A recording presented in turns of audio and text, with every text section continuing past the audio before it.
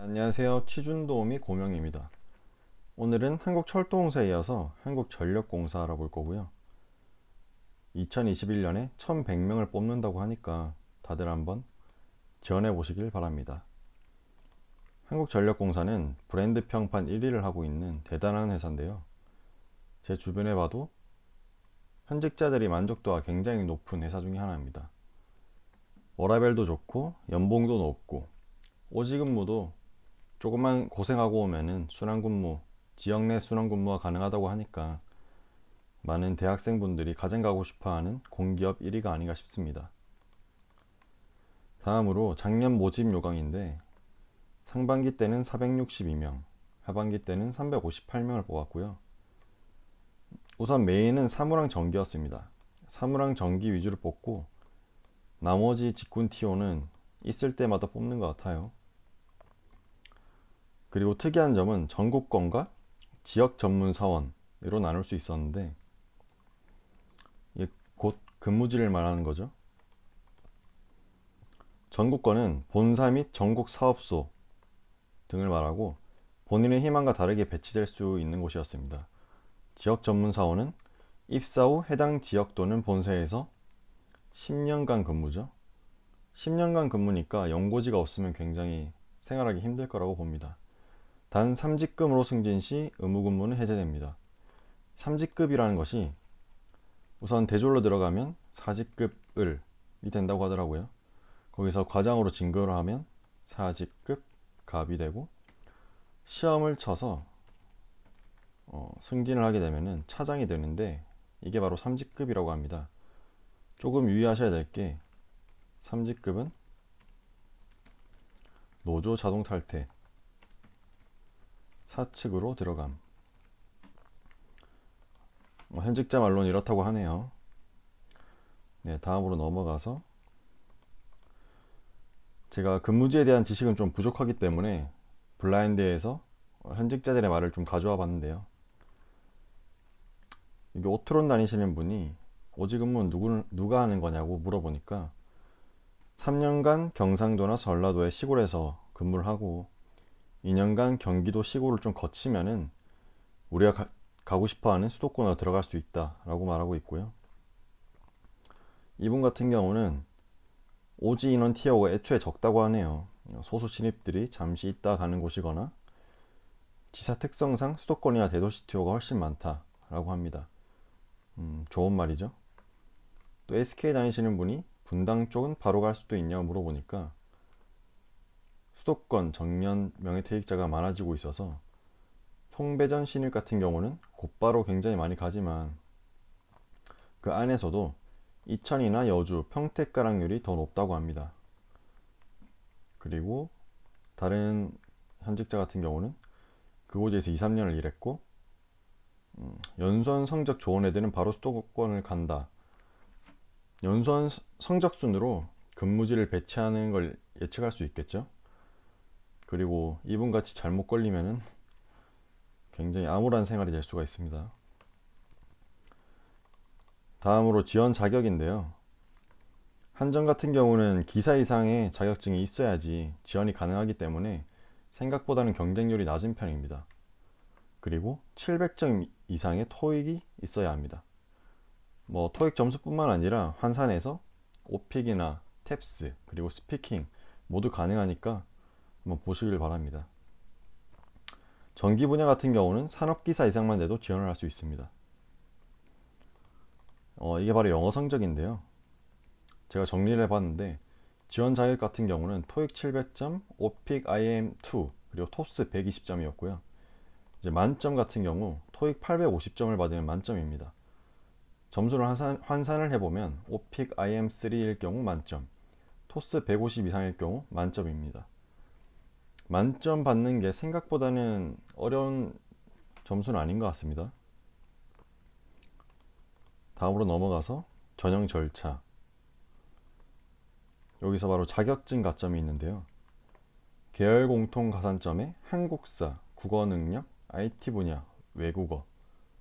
한국사 같은 경우는 3급 이상, 국어 능력은 뭐 이러한 자격증들이 있고요. IT 분야는 정보처리기사, 산업기사, 사무자동화 산업기사, 컴퓨터 활용 능력 1급 이렇게 있는데, 제가 조금씩 다 건드려 본 결과 사무자동화 산업기사가 가장 따기 쉬운 것 같습니다. 한번 도전해 보세요. 필기랑 실기가 따로 있긴 하지만 난이도가 높은 편이 아닙니다. 그리고 외국어 같은 경우는 토스나 오픽, 그리고 플렉스 점수가 높으면 5점이 들어가게 되고, 제가 좀 궁금했던 게 IT 분야 같은 경우는 계열 공통이랑 계열별 자격증이 겹치게 되는데, IT 분야 자격증의 경우 ICT 분야 지원자는 가점에서 제외된다. 결국 ICT를 지원해서 정보 처리 기사가 있으면은 IT 분야 가산점은 아예 없는 겁니다. 없이 진행되는 거라고 보시면 됩니다. 그리고 계열별 자격 가점이 있죠. 기사, 그리고 기능장, 그리고 산업기사에 따라서 기사랑 기능장은 10점과 8점으로 나뉘게 되고, 산업기사는 3점과 5점으로 나뉘게 됩니다. 여기서 좀 주의하셔야 할 것이, 같은 계열, 그러니까 전기기사와 전기산업기사가 있으면은 하나만 인정을 해줍니다. 그렇기 때문에 점수를 두 개를 인정받고 싶으면 조금 다른 방향의 기사 자격증을 준비하는 것이 두 가지 모두 받을 수 있는 방법이겠죠. 다음으로 채용시 우대 제도 한번 볼 건데요. 여기서 주의해서 보셔야 될 것은 바로 이 비수도권 및 본사 이전 지역 인재입니다. 즉 지방대 우대랑 이전 지역 인재 우대인데요. 비수도권은 1차 전형에서 2% 가점, 이전 지역 인재는 1차 전형에서 3% 가점입니다. 굉장히 높은 가점이라고 할 수 있습니다. 2, 3%로 합격과 불합격이 왔다 갔다 하기 때문에 이전 지역 인재 적용 대상은 광주랑 전남 소재 학교 졸업 예정자고요. 그렇기 때문에 이쪽 지역에서 대학교를 나오신 분들은 꼭 한번 지원해 보시길 바랍니다. 다음으로 자격증 가점을 좀 궁금해 하시는 분들이 많아서 제가 한번 예시를 들어서 계산을 해볼 건데요. 예를 들어서 김디매랑 박디매라는 사람이 있습니다. 1번 김디매의 점수를 한번 계산해 볼게요. 김디매는 토익을 850점, 즉 100점으로 안산을 받아서 100점을 받았습니다. 여기서 보유공통 자격증이 한국사 3급 5점이 있고, 사무자동화 산업기사 5점이 있고, 외국어 쪽에 오픽 IH 5점이 있습니다. 그리고 전기기사 10점이 있네요. 그리고 조금 다른 계열인 전기공사기사, 그래서 기사 2개를 모두 인정받습니다. 참고로 기사는 최대 2개까지 인정이 됩니다. 그래서 김디매의 점수는 135점이 나오겠네요. 그리고 박디매를 한번 계산해 보겠습니다. 이번 박디매 또한 850점을 받아서 100점으로 시작을 하였고, 한국사 2급, 1급이든 2급이든 3급이든 5점, 그리고 사무자동화 산업기사가 있고 커말 1급이 있는데 같은 IT 계열이기 때문에 하나만 인정을 받을 수 있어서 이것 또한 5점, 그리고 전기기사랑 전기산업기사가 있지만 이 또한 같은 계열이기 때문에 높은 점수의 기사 자격증 하나만 인정받습니다. 그렇기 때문에 10점, 그러면 120점이죠. 하지만 여기서 박디매는 이전 지역 대학교를 나왔기 때문에 3%의 가점이 들어갑니다. 그럼 120에 3%를 가산을 하게 되면 123.6 이렇게 계산이 됩니다. 이렇게 많은 자격증들로 서류를 거르기 때문에 이 한국전력공사를 준비하시는 분들은 전략적으로 이 자격증들을 하나하나 다 따시길 바랍니다. 특히나 싼 기사가 있으면 정말 무적이라 부를 정도로 높은 가점을 받게 되니까 웬만하면 기사 2개를 가지고 도전하시는 것이 좋겠죠. 네, 지금부터 한국전력공사 한번 소개를 해보도록 하겠습니다. 기관 설립일은 1961년 7월 1일이고요. 한국전력공사법이라는 법에 설립 근거를 두고 있습니다. 설립 목적은 한번 읽어보시면 될 것 같고, 주무기관은 산업통상자원부, 산업통상자원부의 산하기관으로 한국전력공사가 있는 거죠. 소재지, 본사가 전라남도 나주에 있습니다. 그리고 추가적인 내용은 알리오에서 가져온 건데, 지원하시는 분들은 한번 읽어보시면 될 것 같습니다. 다음으로 임직원 수입니다. 임직원 수를 봄으로써 이 회사의 규모를 알 수 있고 여성 인원의 비율을 한번 알 수 있겠죠. 여기 보시면 합계를 보시면 되는데 임원과 정직원 그리고 무기계약직의 합입니다.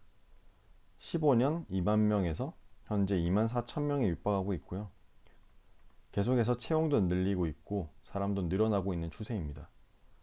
여성 같은 경우는 현재 5천 명에 가깝네요. 약 20%에 가까운 인원으로서 전기 관련 공기업에서 나쁘지 않은 숫자인 것 같습니다. 비교적 여성 인원이 많은 비율을 차지하고 있는 것 같네요. 다음으로 직급별 인원수입니다. 앞서 말씀드렸지만 다시 한번 정리를 해드리자면 처음 대졸로 들어가게 되면 사직급으로 들어가게 되고 사직급 을이라고 하더라고요. 그리고 과장으로 진급을 하면 사직급 갑, 그리고 차장이 3직급 시험을 쳐서 승진을 하게 되고 노조 탈퇴, 이렇게 보시면 될 것 같습니다. 그래서 이 사직급이 바로 여러분들이 지원해서 들어가는 직급이라고 보시면 되겠죠. 다음으로 경력 인정 부분입니다. 경력 인정 부분은 아무래도 공기업을 준비하시는 분들은 대부분 회사를 다니시는 분들도 많을 거예요. 그렇기 때문에 얼마나 인정해 주냐 굉장히 중요한 요소일 텐데 다행히도 2019년 12월 16일부터 바뀌었습니다. 원래는 이렇게 좀 복잡한 표여서 일반적인 회사를 나왔을 경우 50%, 즉 반타작밖에 인정을 받지 못했는데 지금은 80%까지 인정해 주는 것 같습니다. 하지만 어떻게 인정을 받든 최대로 받을 수 있는 것은 바로 사모봉이기 때문에 이걸 좀 정리해 드리자면 근무기간의 80%를 인정받아서 맥시멈 3호봉까지 받을 수 있습니다. 앞에서 표에도 나와 있지만 군경력 같은 경우는 100%를 받을 수 있고 대졸이 군경력과 근무기간 80% 인정을 받아서 맥시멈 4호봉을 받은 다음에 최대로 시작할 수 있는 호봉이 바로 8호봉입니다. 이거는 블라인드에서 가져온 내용이고요. 현직자분이 말하죠. 기본 1등급에서 대졸 4등급, 경력 3등급, 군 포함 8등급부터 시작할 수 있다. 등급이 호봉을 말하는 겁니다. 다음으로 신규 채용 현황을 볼 겁니다. 1000명, 2015년에 1000명 정도에서 19년에 1700명, 700명 이상 늘었죠. 20년은 다 나와 있지 않아서 정확한 인원을 알 수 없고 앞서 말씀드렸지만 2021년은 1100명 뽑는다고 하죠. 여성의 인원도 계속해서 늘어가고 있는 추세죠. 채용 인원을 늘리고 있고 여기를 보시면 비수도권 지역 인재와 이전 지역 지역 인재 절반 이상을 차지하고 있습니다. 즉 지방대 가산점을 받아서 들어오는 인원이 절반 이상이라고 볼 수 있고 공기업 같은 경우는 특히나 수도권이라기보다는 좀 지방 쪽에 많이 있기 때문에 이러한 지방대에 계시는 분들이 많이 들어가는 경우가 많은 것 같습니다. 거기다 가산점도 무시할 수 없을 정도로 크니까요. 다음으로 가장 중요한 거죠. 돈입니다. 신입사원 초봉. 여기를 보시면 합계를 보시면 되는데 2020년 약 4천만 원이죠.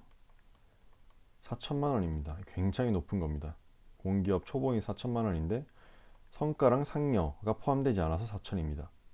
게다가 여기 보시면 신입사원 초임은 대졸, 사무직, 군미필자, 무경력자, 대졸 최하의 직급을 기준으로 했기 때문에 군 경력이 있고 앞서 말씀드린 경력까지 있어서 호봉이 좀 더 높아지게 되면은 4천을 넘을 수도 있다는 말입니다.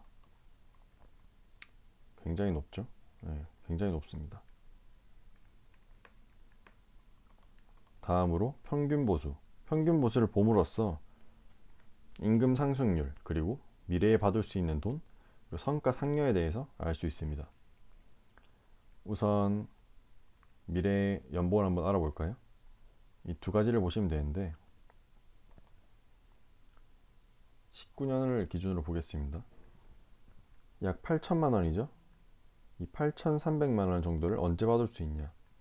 바로 이 184개월 12로 나눠보면 대략 15년이 나오는데 15년이 되면 8천만 원 정도를 받을 수 있다고 나옵니다.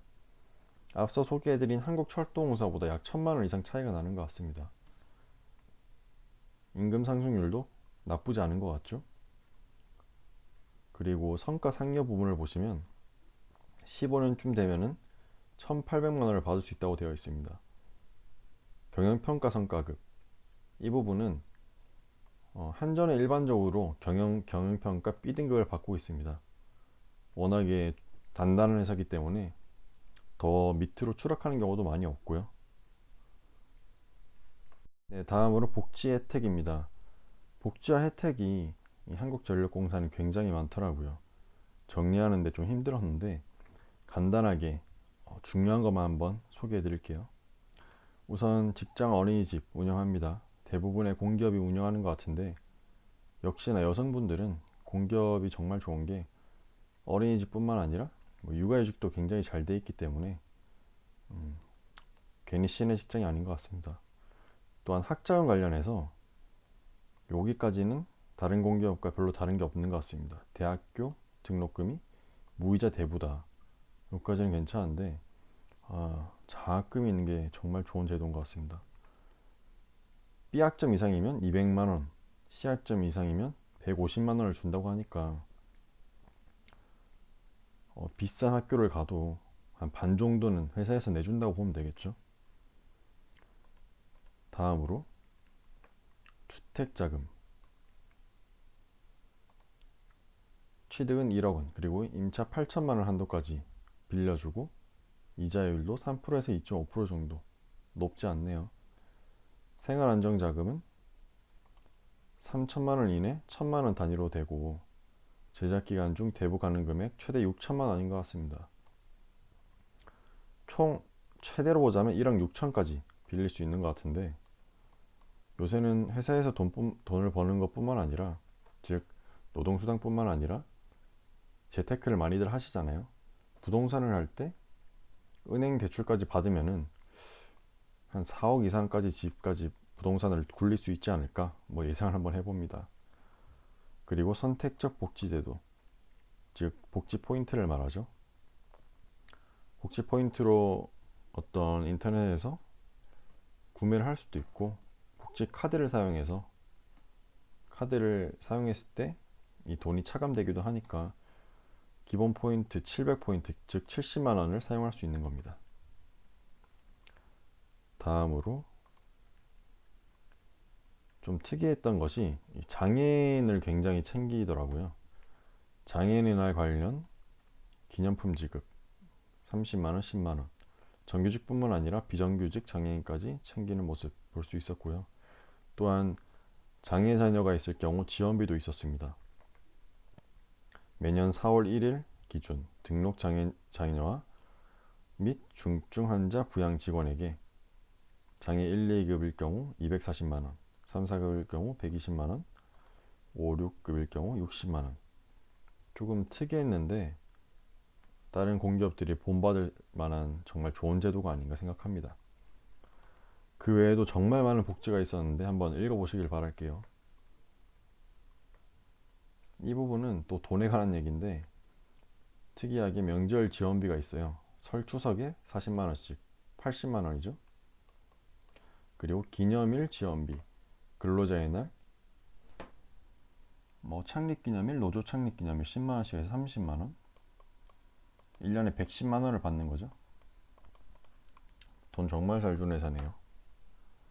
마지막으로 블라인드 현직자 얘기를 한번 가져와 봤는데 제가 장점과 단점을 모두 모으려고 했는데 현직자분들이 5점, 4점 밑으로 준 분들이 별로 없습니다. 그 정도로 만족도가 굉장히 높은 회사예요.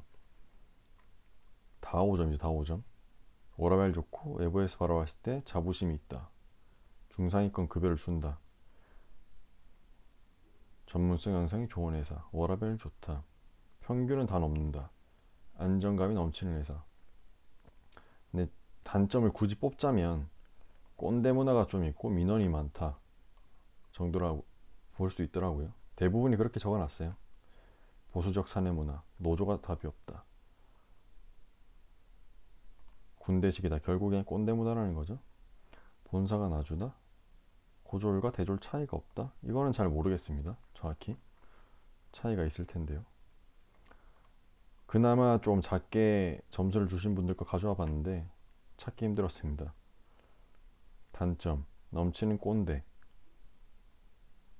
그리고 오지근무도 그냥 그렇고 노조 개입이 많다는 게 좀 불만이신 분도 있었고, 지방근무, 아무래도 지방근무 공기업은 어쩔 수 없는 운명이죠. 나머지는 다 만족한다는 소린 것 같습니다. 네, 오늘 한국전력공사 알아봤고요. 조만간 다른 공기업도 한번 준비해 보겠습니다. 구독과 좋아요 한 번씩 부탁드리고요.